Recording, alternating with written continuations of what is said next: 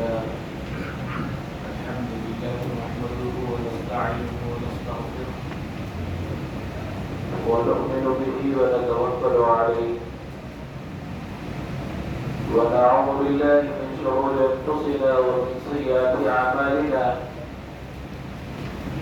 من يهده الله فلا مضل له ومن يضلله فلا هادي له ونشهد أن سيدنا حبيبنا سندنا مولانا محمد وعلى آله وأهل بيته وأصحابه وبارك وسلم. أما بعد فقد قال الله تبارك وتعالى في القرآن المجيد والفرقان الحميد: أعوذ بالله من الشيطان الرجيم بسم الله الرحمن الرحيم. سبحان الذي أسرى بعبده ليلا من المسجد الحرام إلى المسجد الأقصى الذي باركنا حوله لنريه من آياتنا إنه هو السميع البصير. صدق الله العظيم. قال النبي صلى الله عليه وسلم: الصلاة عماد الدين. وقال النبي صلى الله عليه وسلم: إنما الأعمال بالنيات، أو كما قال عليه الصلاة والسلام.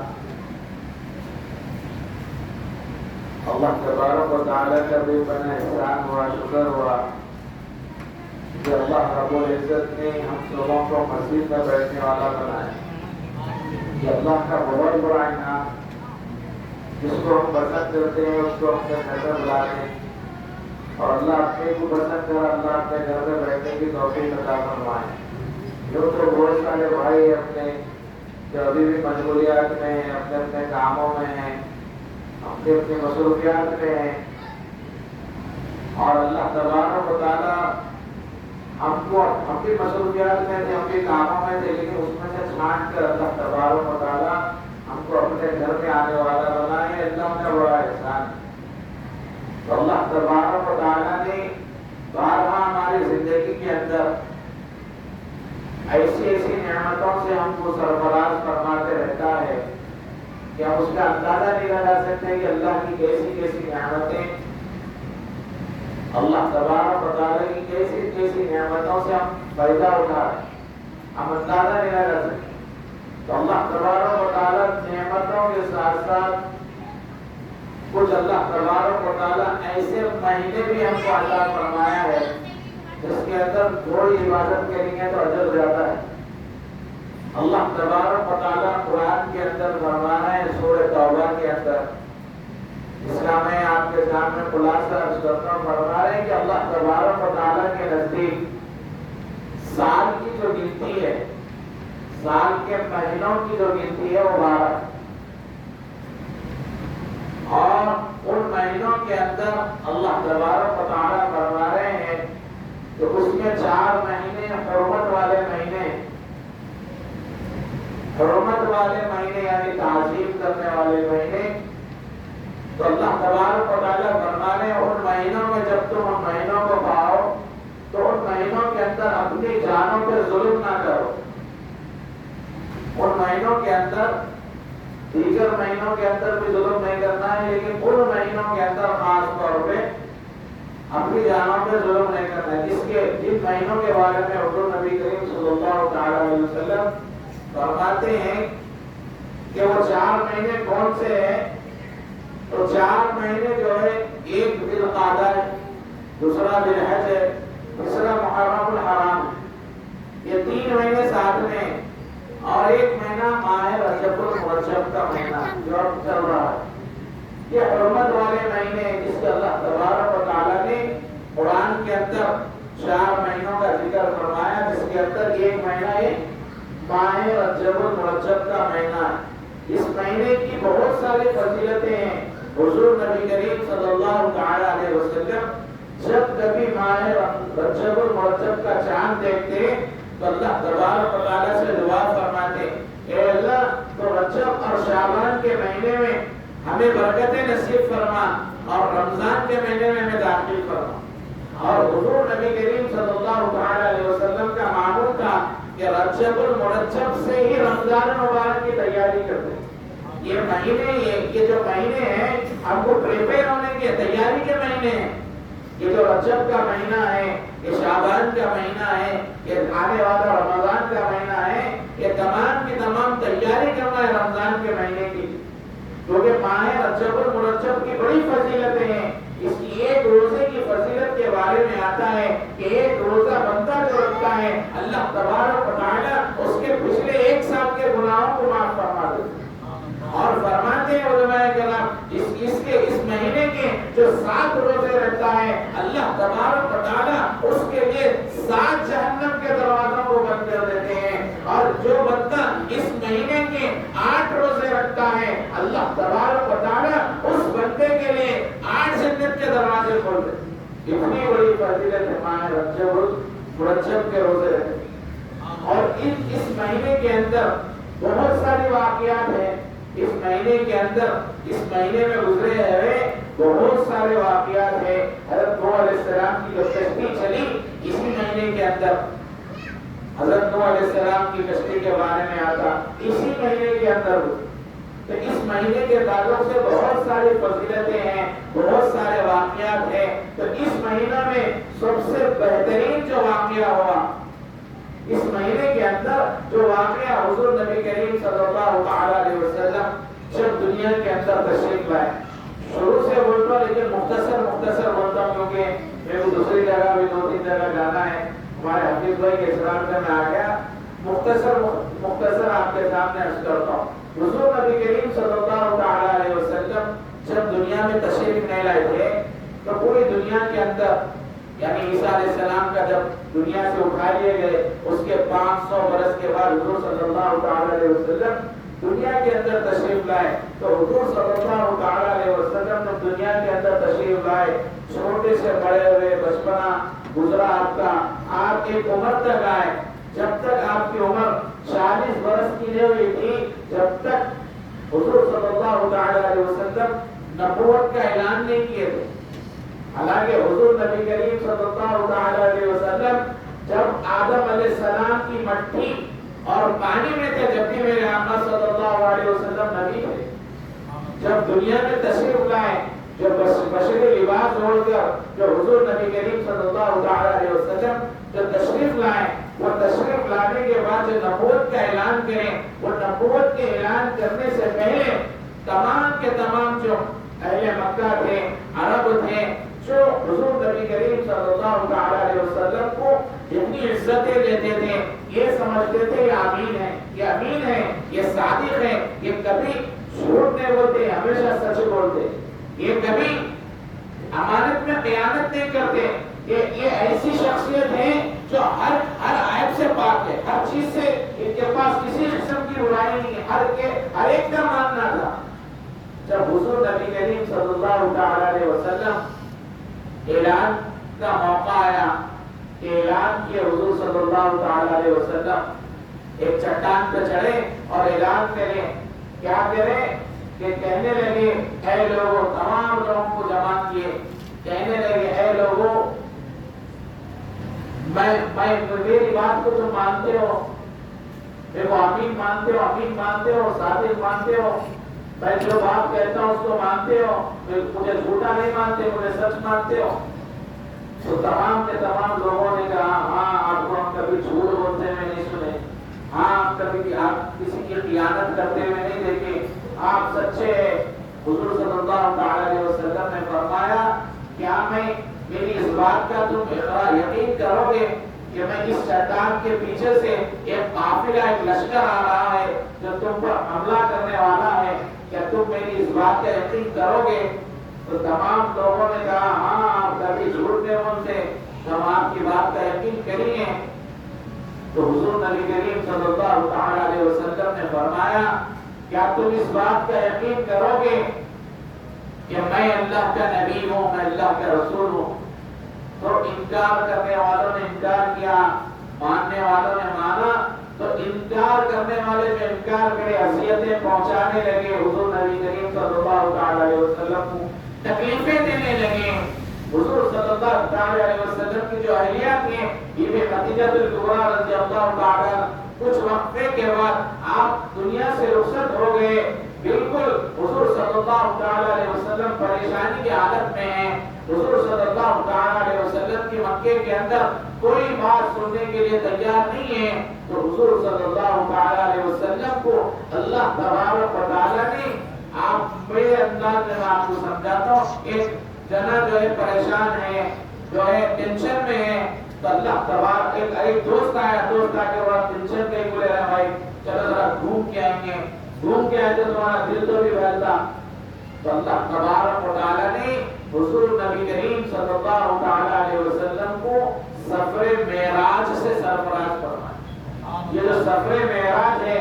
حضور صلی اللہ علیہ وسلم اپنی پھوپھی ذات بہن جن کا نام ام ہانی ہے، ان کے گھر پہ آپ آرام فرما رہے تھے، ان کے گھر میں آرام فرما رہے تھے، حضرت جبرائیل علیہ السلام ان کے گھر میں تشریف لاتے ہیں اور حضور صلی اللہ علیہ وسلم کو دیکھتے ہیں کہ حضور صلی اللہ علیہ وسلم آرام فرما رہے ہیں۔ اب حضور صلی اللہ علیہ وسلم کو دیکھ کر حضرت جبرائیل علیہ السلام بے چین ہو رہے ہیں کہ اللہ تبارک و تعالی حضور صلی اللہ علیہ وسلم کو لے کر آنے کا حکم دیا ہے اور حضور صلی اللہ علیہ وسلم آرام فرما رہے ہیں، میں حضور صلی اللہ علیہ وسلم کو اگر جگانے کی کوشش کروں گا کہ حضور صلی اللہ علیہ وسلم کی نیند میں خلل پڑے گا، میں حضور صلی اللہ علیہ وسلم کس طریقے سے جگاؤں؟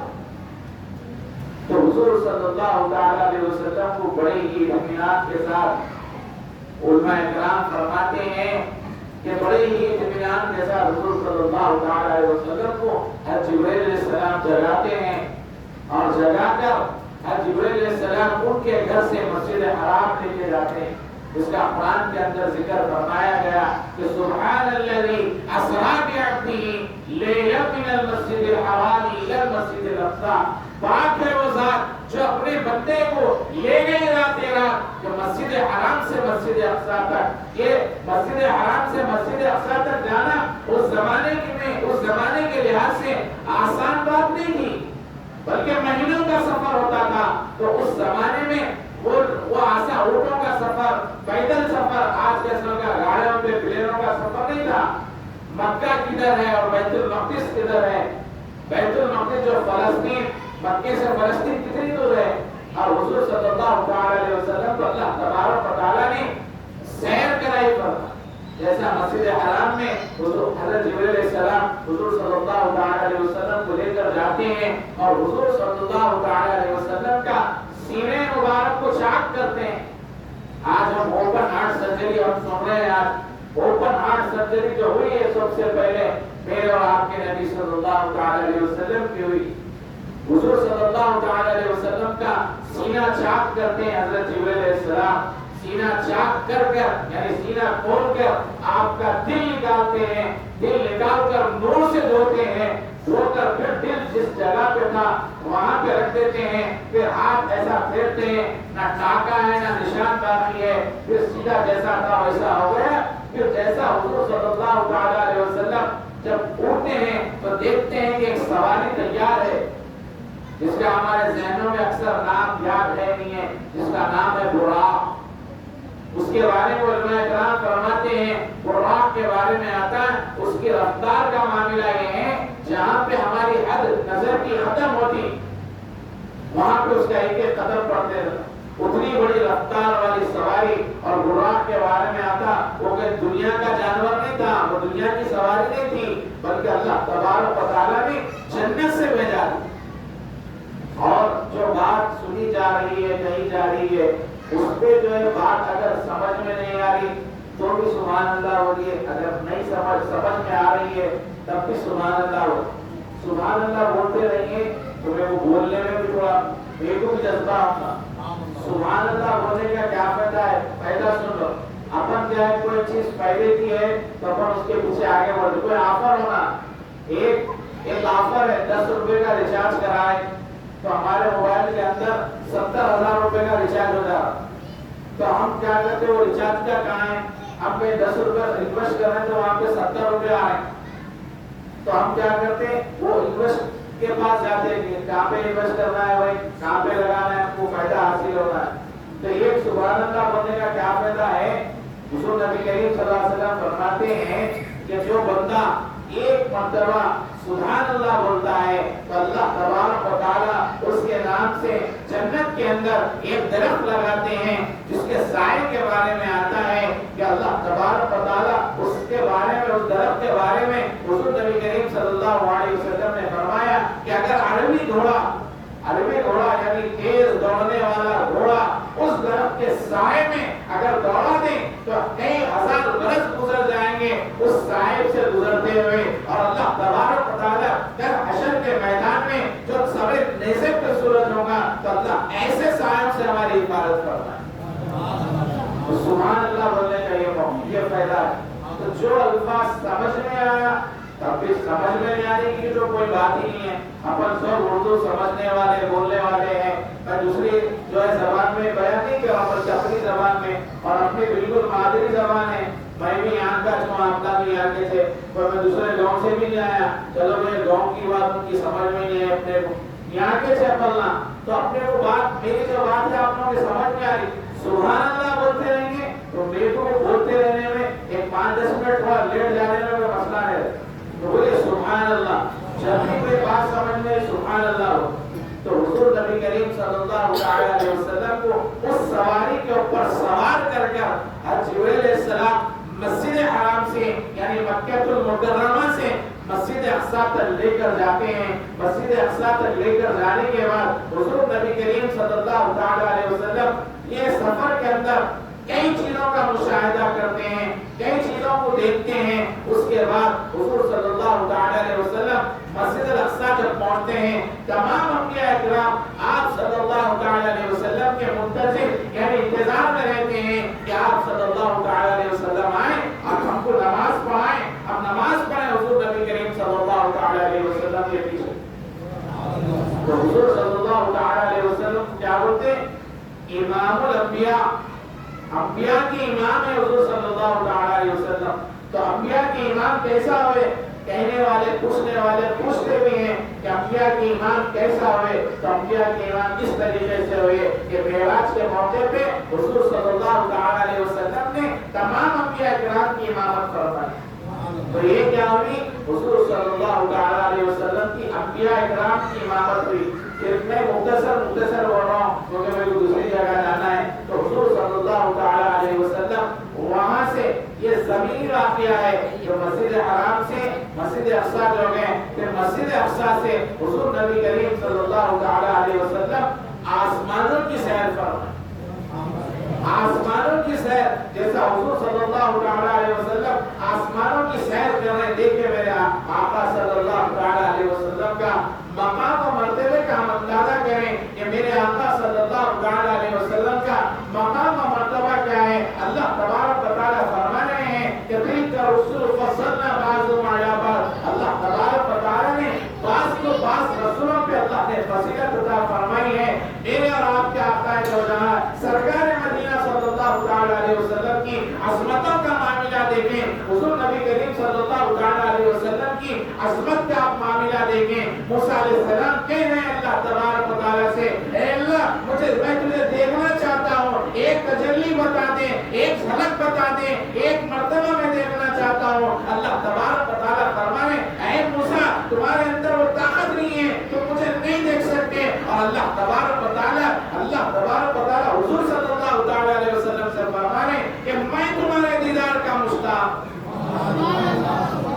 اللہ حضور نبی کریم صلی اللہ علیہ وسلم کے دیدار کا.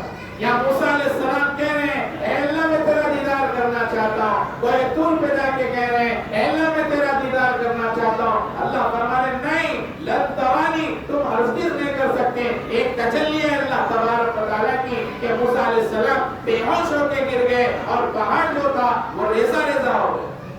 میرے آقا صلی اللہ علیہ وسلم کا مرتبہ مقام دیکھیں. اللہ تبارک و تعالیٰ کو دیدار کا مشتاق. اللہ تبارک و تعالیٰ وہاں سے حضور صلی اللہ علیہ وسلم کو آسمانوں کی سیر کراتا. معراج کے معنی آتے ہیں سیڑھی کے. سیڑھی اللہ تبارک و تعالیٰ نے